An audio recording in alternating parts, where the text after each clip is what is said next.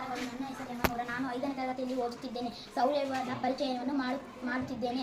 ಸೌರವ್ಯೂಹದಲ್ಲಿ 8 ಗ್ರಹಗಳು, 173 ಉಪಗ್ರಹಗಳು, ಸಾವಿರಾರು ಪ್ರದೇಶಗಳು ಮತ್ತು ಉಲ್ಕೆಗಳು ಮತ್ತು ಧೂಮಕೇತುಗಳನ್ನು ಒಳಗೊಂಡಿದೆ. ಸೂರ್ಯನ ಪರಿವಾರದಲ್ಲಿ ಬುಧ, ಶುಕ್ರ, ಭೂಮಿ, ಮಂಗಳ, ಗುರು, ಶನಿ, ಯುರೇನಸ್, ನೆಪ್ಚೂನ್ ಇವೆಲ್ಲ ಗ್ರಹಗಳನ್ನು ಸೌರವ್ಯೂಹ ಎಂದು ಕರೆಯುತ್ತೇವೆ.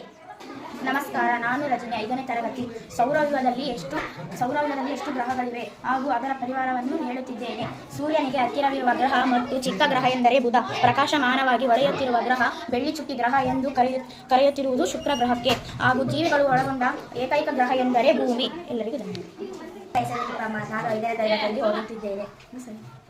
ಸೌರವ್ಯೂಹದಲ್ಲಿ ಗುರು, ಶನಿ, ಯುರೇನಸ್, ನೆಪ್ಚೂನ್ ಗ್ರಹಗಳಿಗೆ ಮುಂದಿನ ವ್ಯವಸ್ಥೆ ಇದೆ. ಸೌರವ್ಯೂಹದ ಅತ್ಯಂತ ದೊಡ್ಡ ಗ್ರಹ ಎಂದರೆ ಗುರು. ಸೂರ್ಯನ ಪರಿವಾರದಲ್ಲಿ ಸೂರ್ಯನಿಂದ ದೂರ ಇರುವ ಗ್ರಹ ಎಂದರೆ ನೆಪ್ಚೂನ್. ಗ್ರಹಗಳಲ್ಲಿ ಗುರು ಗ್ರಹವನ್ನು ಬೃಹಸ್ಪತಿ ಎಂದು ಕರೆಯುತ್ತಾರೆ.